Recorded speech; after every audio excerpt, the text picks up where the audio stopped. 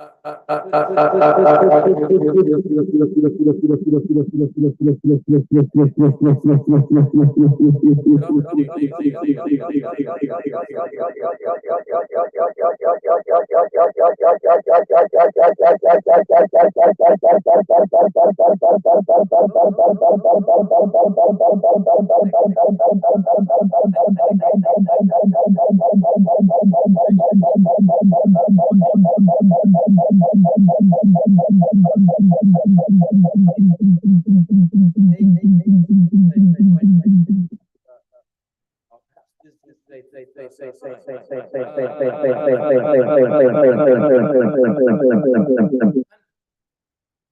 were founded in 1707, and our early meetings, like all the best meetings, were held in a pub called the Bear Tavern. And our function, our purpose was to discuss material remains of the past that had been found in Britain. In other words, archaeological finds. Well, the society gained momentum, and in 1751 we were granted a royal charter by George II, and that's when our purpose was formally enshrined as the encouragement, advancement, and furtherment of the study and knowledge of the antiquities and history of this and other countries. By 1780, our pub crawling days were over, and we were given rooms in Somerset House up at the top of the Strand, which we shared with the Royal Society. And this allowed us to house and to look after a growing library and even a museum collection. And that is where we held meetings for fellows to discuss the recent findings from their researches. In 1874, so nearly 100 years later, we moved down here to Burlington House, and this is where we continue to focus on fellowship, on conservation, research, and dissemination. But we are a charity nowadays, and we retain these 4 objectives together with sharing our collections and our work with the public. And that we do by various means. We do it by public lectures like today's. We do it by public tours and exhibitions and scholarly research seminars and a program of publications. And last year, in case this interests you anymore, to find out more, to play a part perhaps in the life of the society, last year we introduced the affiliate membership scheme. And you are very welcome to join that for a small annual subscription, and you would then be able to be more of a part of this august institution. Now, today's lecture is given by Professor Ivan Loskutikov from the University of Le Havre, and his subject is the Medallic History of the Sun King. Professor Loskutikov was a scholar in the 1980s at the Maison Française in Oxford, then became a Knox Scholar at Trinity College, Cambridge, before moving to France, where he was, until the year 2000, assistant professor in French 16th and 17th century literature at the University of Toulouse. In 2001, on his departure from Toulouse, he was made a member of the distinguished Académie des Jeux Floraux, which he tells me is the oldest academy in France and was founded in the year 1323. From 2001 until today, he is professor of French literature, 16th and 17th centuries at Le Havre, and he has organized 4 major international colloquia on this very subject.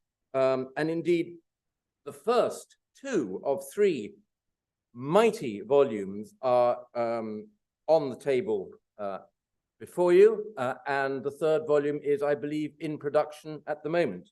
So without any further ado, please let us welcome Professor Luz Kutkov. Thank you.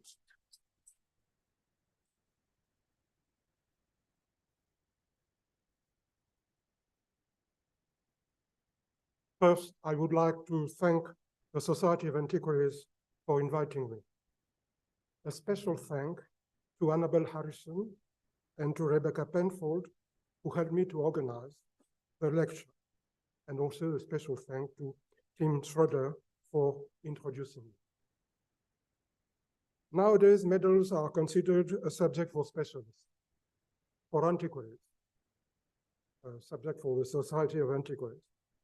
This was not the case in France during the reign of Louis XIV, when they played a very important part in royal propaganda, as shown, for example, by Professor Peter Berg in his book, The Fabrication of Louis XIV.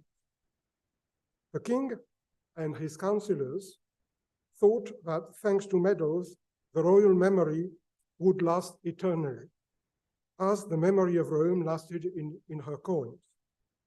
This is the reason why the king subsidized an academy for the production of his medals, which amount to around 350. I will deal first with this academy, second with the medals, and third with the book of those medals, which was published by the royal press. But before beginning the lecture, I show the 2 volumes of the colloquia that I directed on the subject. Volume 1, which was published in 2016, and Volume 2, published last week. In Volume 1, there are 3 articles by fellows of the Society. One by Sir Mark Jones, which I salute, he is here attending, entitled L'Histoire métallique de Louis XIV. One by Dr. William Eisler on the influence of the Medallic History of the Sun King on Geneva, and one by myself on how the book was imitated in papal Rome. There is also an article by Professor Marie-Claude Canova-Green, St. Hilda's College, Oxford, on the medals, the death of the king and immortality. Yes, one has to remember that the colloquium was organized in 2015 for the 3rd centenary of the death of Louis XIV. So the subject of this article was quite appropriate. And also an article by Dr. Robert Wellington, University of Australia, on how the medals of the king were received in exotic countries. In Volume 2, which is also on the table, there are also articles by fellows of the Society, one by Dr. William Eisler on the medals of the king and those of the popes, and 3 by myself. There is also an article by Professor Canova-Green on the medal of the return of the king to Paris, and an article by Dr. Wellington on the cabinet of medals at Versailles. In Volume 3, yes, I forgot an article by Dr. Thomas Cocaino on the Medallic History of the Sun King in written sources in England. In Volume 3, to appear next year, there will be an article by Sir Mark Jones on the medal of the reception of the exiled King James II in France. So I begin with the academy. The small academy was founded by the minister Colbert at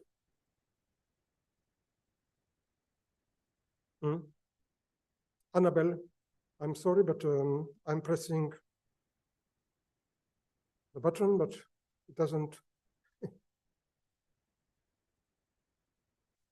Oh. All right, all right.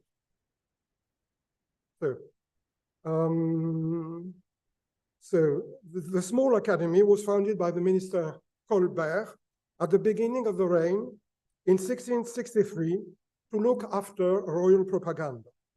They dealt with inscriptions for all sorts of media, from tapestries to monuments and to feasts, laudatory poetry, etc.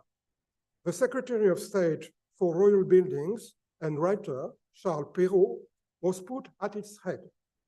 It was called the Small Academy in comparison with the French Academy founded by Richelieu in 1635. The French Academy reckoned 40 members, whereas there were not more than 10 in the small academy. Most of them were scholars. Among them were two of the most famous writers of the time, Racine and Boileau, who were also royal historiographers. When Colbert died in 1683, Charles Perrault was expelled. He retired, and that is when he wrote his famous fairy tales, which you all know, Cinderella, Red Riding Hood, etc. Chancellor Pontchartrain, there he is. Chancellor Pontchartrain, who was also Minister of the Navy, was put at the head of the small academy. This explains why a certain number of medals deal with the Navy. His nephew, the Abbé Bignon, there he is, was the intermediary with the academicians. Two artists joined the group to draw the medals. First, Sébastien Leclerc, and later he was replaced by Antoine Coipel. Between 1680 and 1690, the small academy gradually specialized in medals. From this period, the British Library keeps a manuscript with designs of medals by Sébastien Leclerc and sometimes text explaining them, the so-called London manuscript, which was studied by Joseph Jacquiot. And there is the title of this manuscript at the British Library. There is an example of one of the pages, and you notice the monument to the king, and 4 medals. And there is another page where you can see not only the medals, but also explanatory text. And there is the medal that was studied by Professor Canova-Green in the 3rd volume that is to appear, the medal of the founding of the school of Saint-Cyr near Versailles, where you see the pupils of the school and the school at the back. At the back. This is an example of the subject in those medals. Besides, from 1694 to 1702, the proceedings of the small academy were registered. They were signed by the Abbé Bignon and by the perpetual secretary, the Abbé Tallemant. They are presently kept in the Académie des Inscriptions et Belles-Lettres, which is a descendant of the small academy. And there is the title page of this Registre Journal, that is the proceedings of the small academy. And there is a certain number of volumes, and there is an example of the pages of the volume. You can see here the end of one proceeding with the signature of Abbé Bignon and Tallemant, Abbé Tallemant. And then the beginning, we are on Tuesday, the 7th of August, 1696. And you see the beginning. At the beginning, you have those who were present at the meeting, and then what they did. Monsieur Coipel a apporté les 3 dessins. He brought three drawings of medals. And then when a medal is finally fixed, that they say arrêté, that is say stop, arrêté. When the medal is fixed, you have the drawing. This is the medal of Versailles for the building of the Palace of Versailles.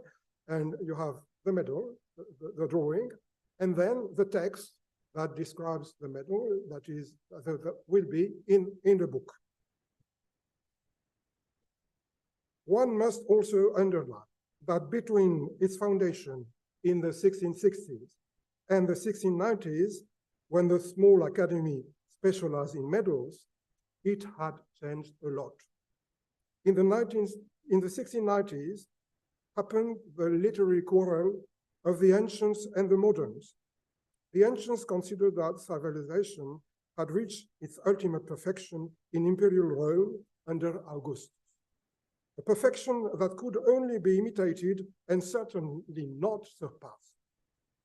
Their leader was Boileau, an imitator of antiquity and a member of the small academy, as I said.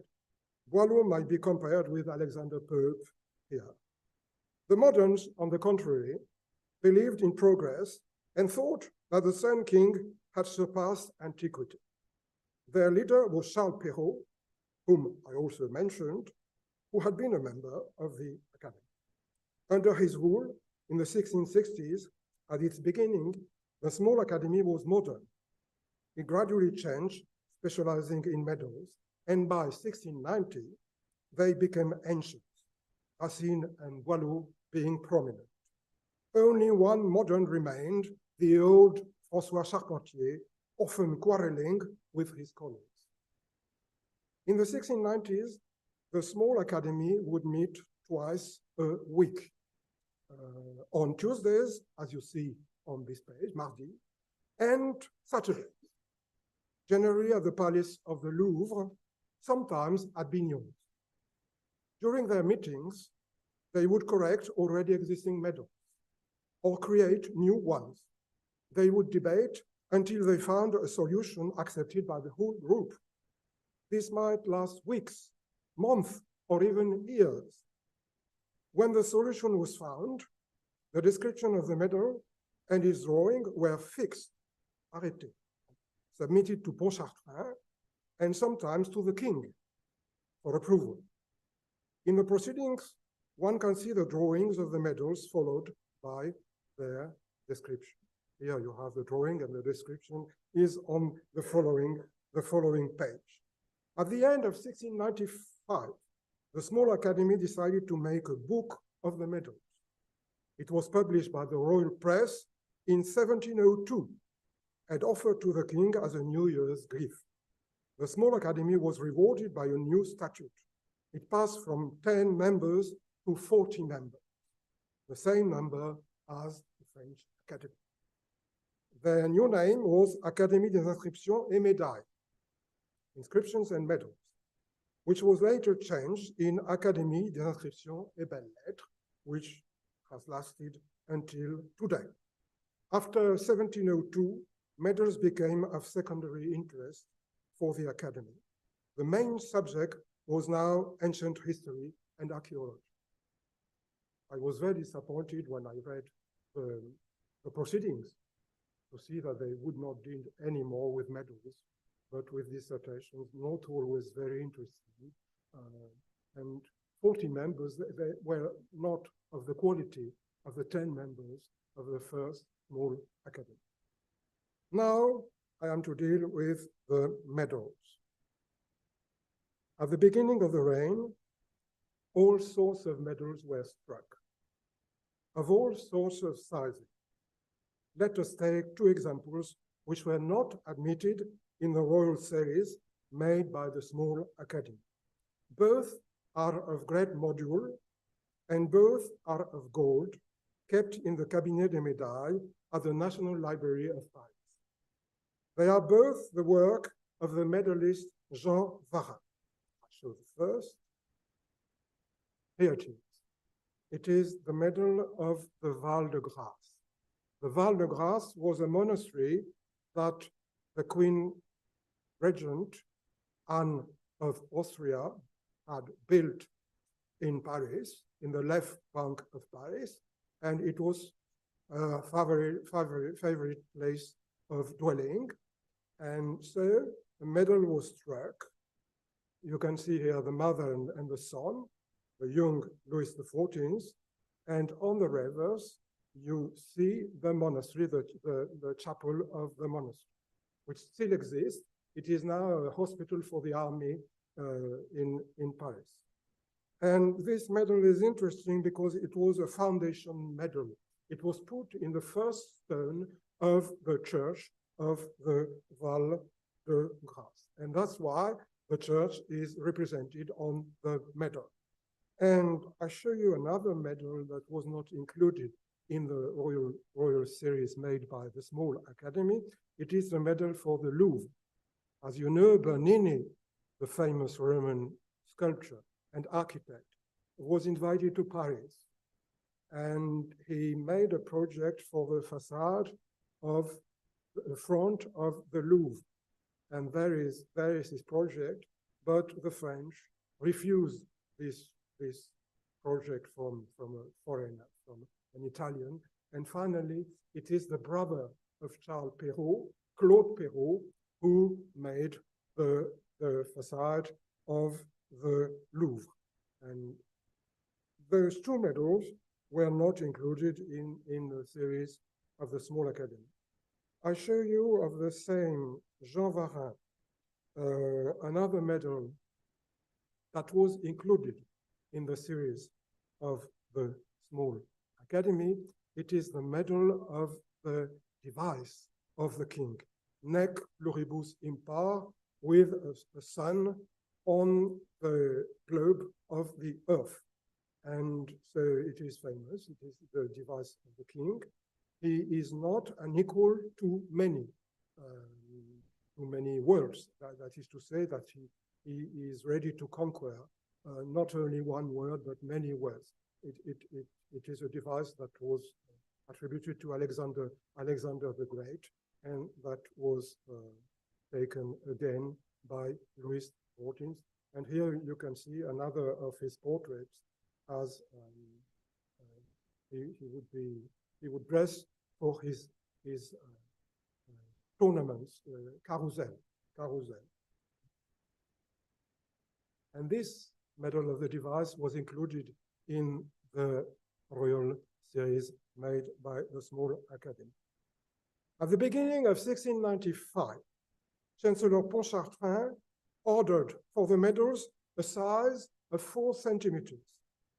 This was the beginning of a so-called first uniform series. The choice of this size has been explained in different ways. Some think that he wanted to imitate the module of the Roman cestus. Others think that he wanted to save metal. The engraver chosen for this uniform series was Jean Mauger. The dies to strive the medals are still kept and still used at the Paris Mint, where one can buy some of the medals that were stricken for Louis XIV. I brought you one medal that will circulate in the public. I put it in my purse for the customs. So I managed to bring it today for this lecture. So you will see on the obverse the portrait of the king. There were 8 portraits made for this first uniform series. So you will see one of his portraits as an adult, and on the back you'll see the subject of the medal, which is the founding of the Chamber of Trade. And you'll see the justice and Hermes, the god of trade, with the legend Sex Vere Commercis Regundis, that is to say, 6 men who are to look after trade. I was given a magnifier so that you can see behind the portrait of the king the signature of Jean Mauger, who made all those medals of 4 centimeters of the first uniform series. So Tim, I give you.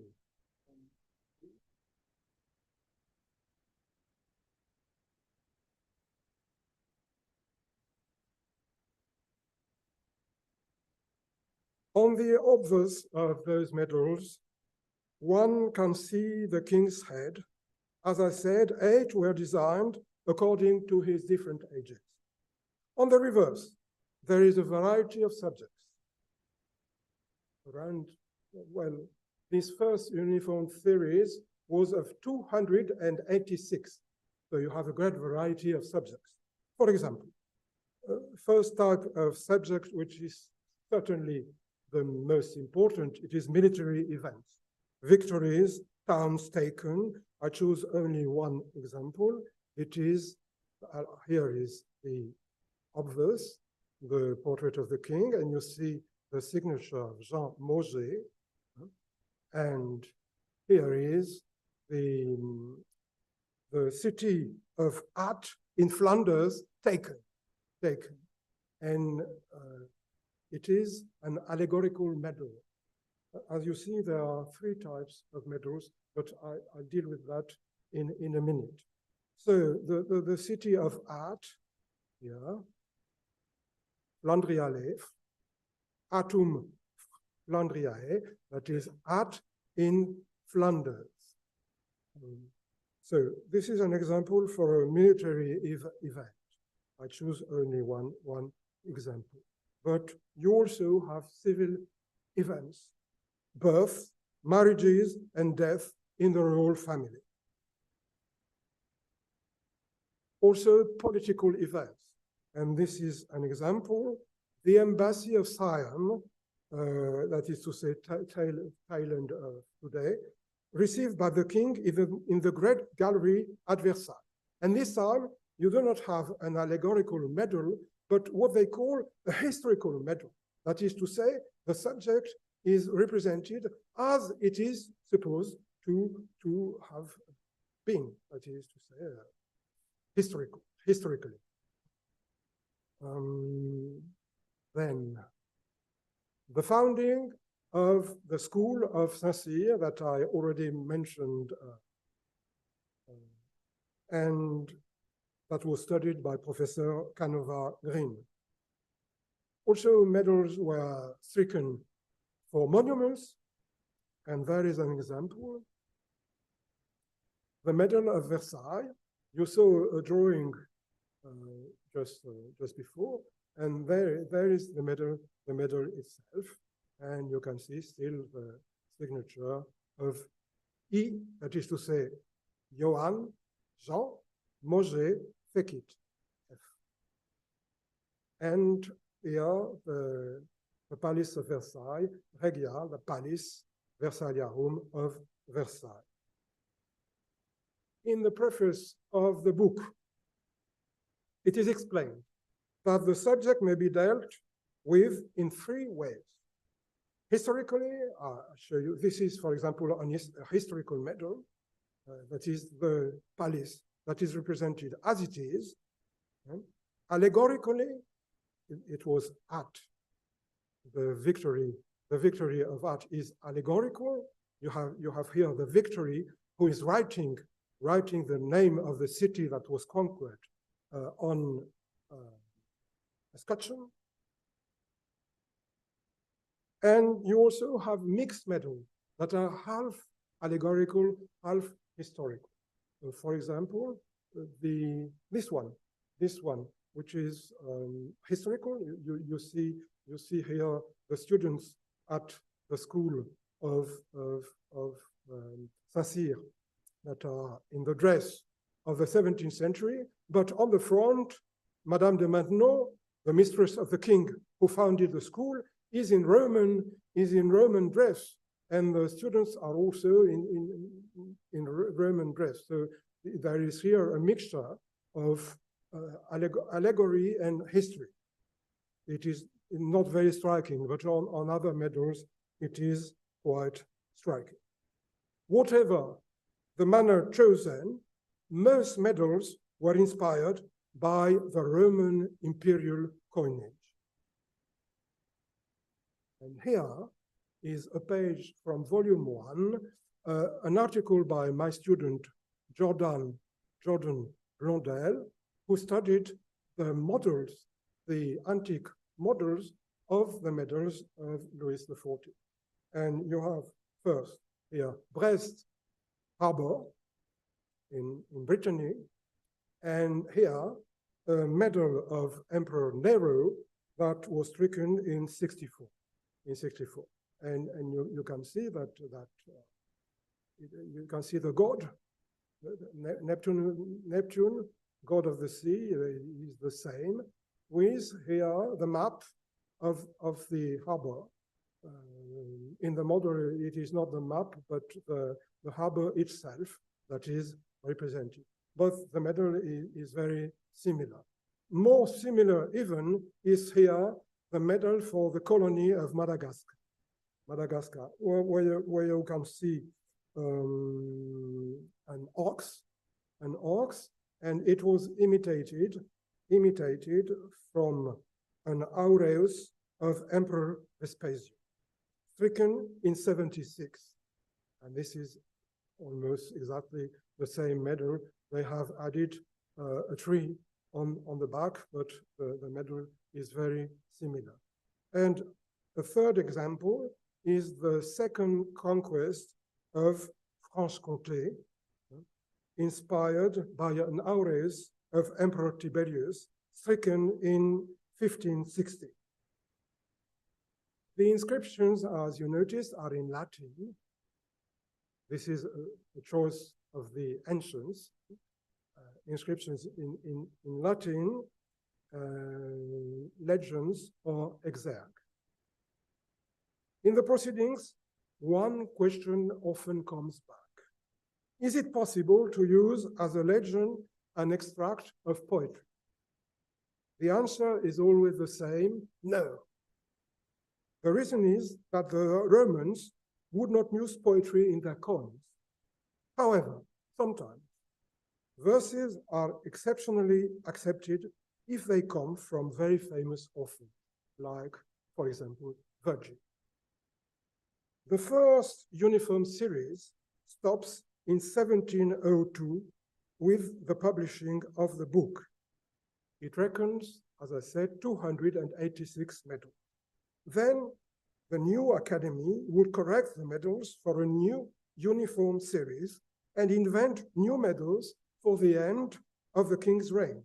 In 1723, that is to say 8 years after the king's death, a second edition of the book was published at the Royal Press.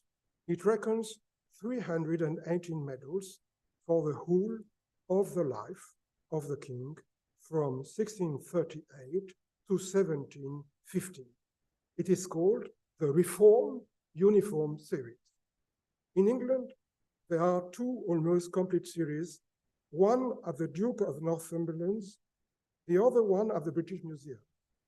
Their best-known specialist is here in this room, Sir Mark Jones, fellow of the Society, former director of the Victorian Albert, who published a catalogue of the series kept at the British Museum. Now I will deal with the book. First, I have to make a remark on the title. Yes, it's good to make lectures because you discover things you wouldn't have discovered before. And this is the case about the title. I remarked that the title is not exactly appropriate. Médailles sur les principaux événements du règne. This is 1723. This is 1702, as you can see here, the first edition, 1702, Royal Press, Paris. Médailles sur les principaux événements du règne de Louis le Grand avec des explications historiques. It is not perfectly accurate because the medals begin with the birth of the king, not with his reign. And I am very surprised because they are always very precise in their meetings, and that they entitle the book Medals, that is to say, medals on the main events of the reign of Louis the Great with historical explanations. So this is not medals on the reign, this is medals on the life until 1702 for this first edition. I am very surprised. I found nothing about this title in the proceedings. In 1701, the academicians were in a hurry to finish the book. Possibly they did not remark that. Otherwise, one has to think that they considered that the Sun King began his reign as soon as he was born. In the second edition of 1723, there it is. One word has been added in the title. medals on the main events of the full reign of Louis the Great with historical explanation. And this is the second edition. As I said, the book was published in its first edition was 1702 and offered to the king. He rewarded the small academy with a new statute, but he was not satisfied with the preface and ordered that it should be suppressed. To this day, around 50 copies printed before the interdiction remain with the preface. Sometimes also the preface has been copied in handwriting. The reason why the king gave such an order may be that he disapproved that the members of the academy mentioned their name and their work in the preface. He wanted to be the only subject of the book. The book of 1702 was published in two sizes: the folio size, non-commercial, given only by the court and offered to VIPs, generally in red Morocco binding, and the quarto size for commercial use. The book of 1723, the second edition, exists only in the folio size. On the meeting of July the 12th of 1701, it was decided that the image of the medal and its explanatory text should not exceed 1 folio recto, the obverse of 1 folio, the verso remaining unprinted. This is an aspect of luxury of this book, that it is printed only on the first part of the page, not on the reverse. Let us look at 1 folio. There is the King of England received in France, a subject dealt with by Sir Mark Jones in the third volume to appear. As you know, James II was exiled and lavishly received in France in the palace of Saint-Germain-en-Laye. And there is a medal which is allegorical, well, half historical and half allegorical, because you see France here, which is an allegory, and you see the couple, which is historical. The couple and the child James III, all welcomed by Louis XIV, but Louis XIV is not on the medal. It is France who is welcoming the royal couple. And you can see on this page, let us look at the page, a border drawn by Jean Bérin, who was the decorator of the court feasts. And the borders are of grotesque style, which I have always found not very appropriate for the glory of the king. The grotesque has something a bit light, to my opinion, but it is my own opinion. So grotesque borders with, of course, always the symbols of the monarchy. Here the lilies and the crown. And there are 30 different borders in the book. Then the engraving of the medal with the obverse and the reverse. Then the title of the medal, the first text, which is longer, which describes the event, and a second text which describes the medal.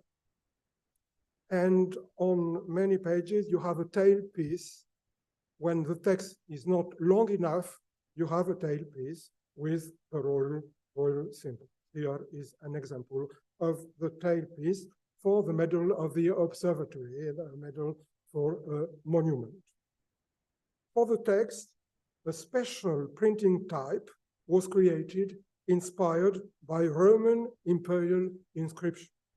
Exactly, Trajan Trajan inscription.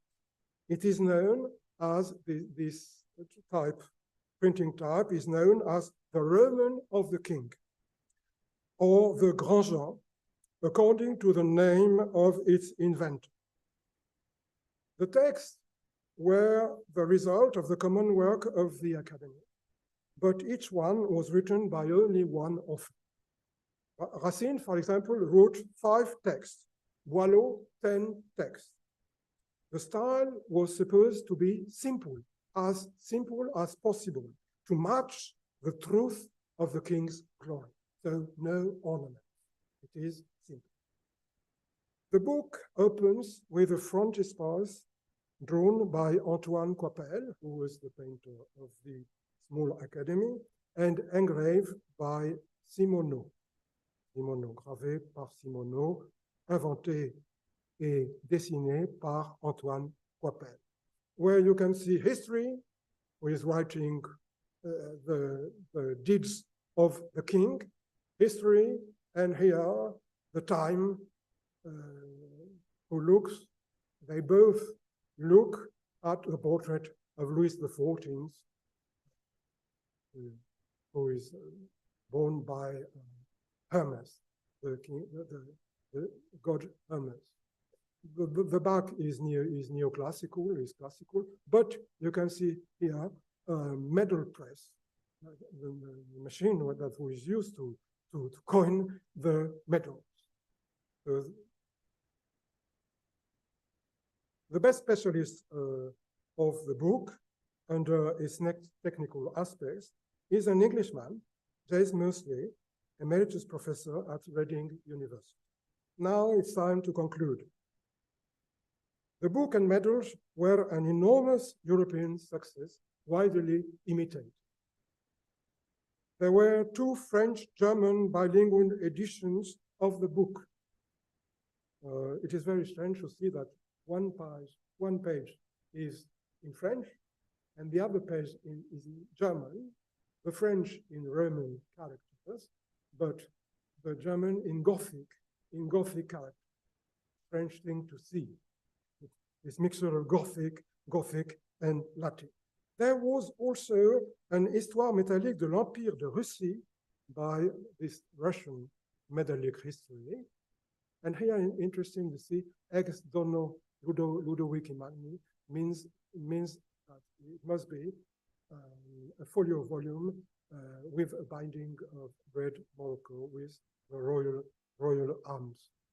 And here is the Medallic History of the Empire of Russia by Rico de Turgal, and that was protected by Empress Catherine II.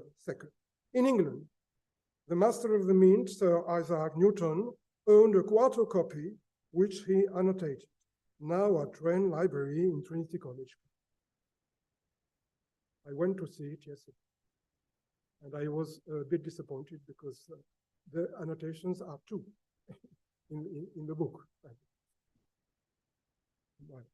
All right. But it is a copy of Sir Isaac Newton. As you know, he was the master of the mint. Some of Queen Anne's medals imitated those of Louis XIV. Dr. Thomas Cocaignon studied this in his article for the 3rd volume of the conference. However, the English, the Dutch, and the Germans did a medallic counter-propaganda, often turning the medals of the same king into satirical pieces. Example, the medal for the Battle of La Hougue, 1692, where the Anglo-Dutch defeated the French. And you can see that the device of the king has been modified, not nec pluribus impar, but nunc, now, is unequal to many. Just change one word, nec, nunc. To finish, I would like to mention King George III. He was a great king, the mad at times. See his biography by Andrew Roberts that I have just read, and with great profit. He resisted the French Revolution and the French Empire, and he protected the Society of Antiquaries. It is thanks to him that the society was sheltered at Somerset House. You can see his bust here in the main staircase. He was an outstanding bibliophile.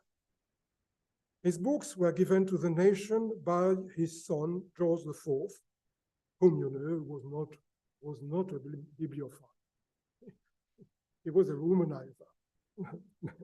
They are today displayed, these books, in a 6-story glass tower, which forms the centerpiece of the British Library at St. Pancras. In 1837, a folio copy of the Medallic History of the Sun King was separated from the rest. I was lucky enough to buy it at an auction sale in a remote corner in North Carolina. I had it for a very reasonable price. I suppose Europeans were afraid of the taxes and the insurance, which was actually not little. And I did not dare to bring it first because it is very heavy, and I fear that the custom would keep it as a national treasure. But it will certainly return to England at one time or another. According to the royal arms in its book plate, here it is. The acquisition may be dated between 1760 and 1801. Well, this is 40 years, it is a very long period, but the reign of George III was very long, and you have 3 different book plates, and this is the book place of the years 1760 and 1801. There is a stamp which shows that it was a duplicate. It bears the date 1837. In the Royal Library, nowadays, there is a copy in red Morocco, which must be the first copy. And this is the end of my lecture. Thank you.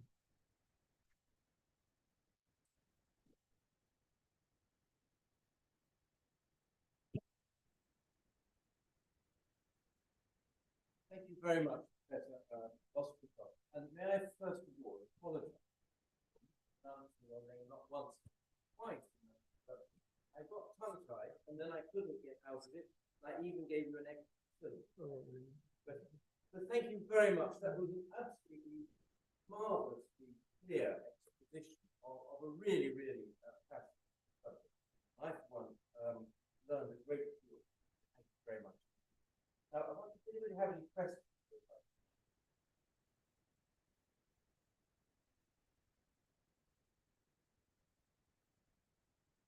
Professor, thank you very much. Do the medals survive in any great numbers as diplomatic gifts in various collections, please?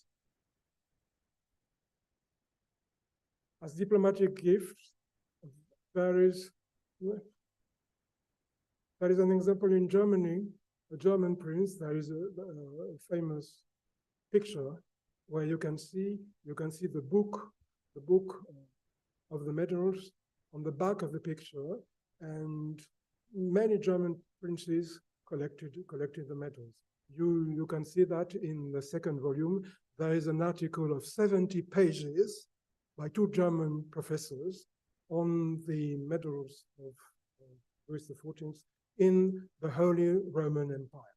And you will have a list of the collections, and sometimes with the detail that there were presents from the king. The book and the medal, often offered at the same time.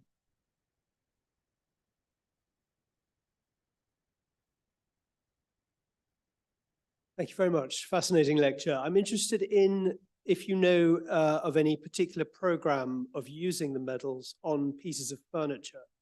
Boulle made there are pieces of furniture made after Boulle, often in the early part of the 18th century, which feature often later strikes, cliches of the of the medals. I just wondered if there was any particular program that you knew about in terms of the selection of medals. For furniture, Yeah, used on furniture. on furniture. I don't know any example. I haven't come across that in all my 4 conferences. I don't know any examples at the time of Louis XIV. I am very sorry, but on furniture, we have piece of furniture that was specially designed to keep the medals at the Cabinet des Médailles of Versailles, but there is no medal on it. It is only to keep the medals. It is marqueterie of ivory and ebony, but the medals are not on it. They are inside this furniture. I'm sorry, I don't know. Perhaps someone in this room knows a piece of furniture with the medals. I haven't come across that in my 5, and now there will be a 5th conference in June in my university, and no, I haven't come across medals on furniture. Yes.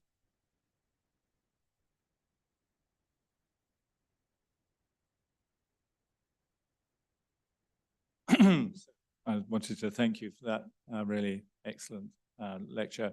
I think there is a piece of furniture in the Ashmolean, and I believe there's another one in the Getty. They may even be a pair, I can't remember now. But anyway, there are, I have come across some examples of Boule furniture with the medals of Louis XIV in set. The question, Boule furniture with the medals of Louis XIV. Yes. Yes. With medals from the Medallic History. Yeah. The question I wanted to ask you was, I wondered if you could say something about King's own reception of his Medallic History. So in the proceedings, sometimes, but not always, medals are proposed to the approval of the king. But it is only sometimes, because he couldn't deal with that every day. So this is rather rare that when the approval of the king is asked. Only for medals which are problematic. And he must make a choice, but it is not frequent,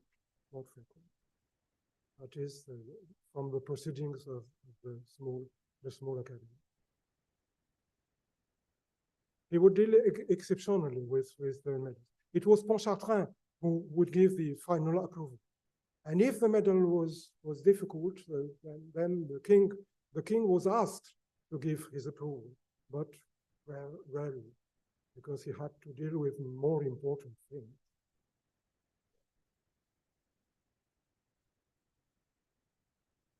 Yes, but I told that.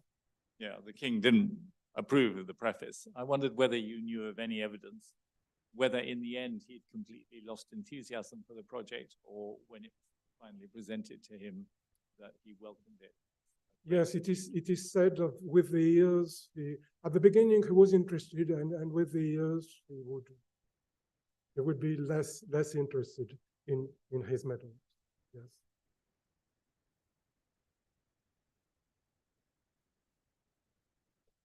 Victories became defeats. Is his lack of interest probably culminating in 1702 because his run of victories suddenly became a run of defeats? Certainly, that may be one of the reasons. At that point, the Allied power, so to speak, took over the printing press, the metal presses.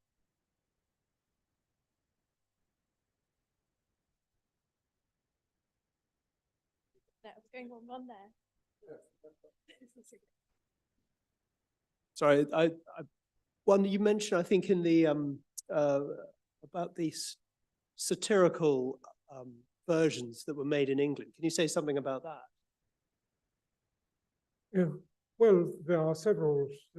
I showed you the Battle of La Hougue, There are other examples, not only in England, but also in Germany. In Germany, because the king was a great destroyer in Germany, in Western Germany.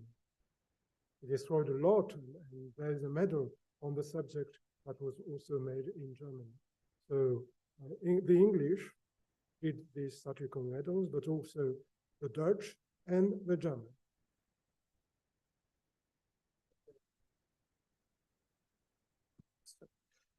Yes, just simply to say, or rather ask you about the relationship to these medals and Louis XIV and Napoleon, who I understand really took a very strong interest in medals, I mean, Yes. throughout, and had Yes. rather more victories, took perhaps in the latter part of his career until the end. But is it also true that, as I understand it, was it Napoleon's reconstitution of the academy that placed medalists within the group, which also comprised architects, of course, and painters and sculptors? So was it, as it were, was he very consciously trying to take over the territory already opened up by the great Louis? But he wanted to be original. So there is a series of medals of Napoleon, which is very different from the series of Louis XIV. He didn't want to imitate. And the result is that you have a series that is almost completely different. This has been shown in one of the articles in volume 3 that is to appear. There was a series that was struck, and also a project that was never struck, which is only in drawings, but the style is very, very different. It is neoclassical. And he wanted to be original, and the result is that you have two different series, very different.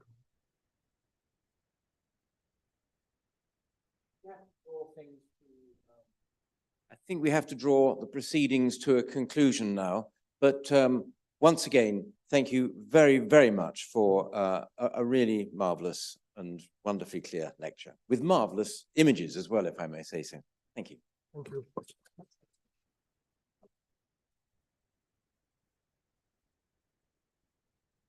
I'm just asked to say one or two more things before we leave the room. That the next lunchtime lecture will be on Tuesday, the 5th of December at this same time, 1 o'clock, and it will be by Dr. Lee Jackson on Dickens, antiquity, and literary tourism. And that will be online and in person here in this room. If you'd like to know more about our upcoming programs, they are all listed on the website, and you can book them directly through that facility. And finally, I'm asked to say that if you have not already done so, I do urge you to sign up to receive Salon, which is our fortnightly online newsletter, and which tells you all about upcoming events and much, much more. And again, you can sign up for that on the website. Thank you very much. I would like to thank the public for coming, rather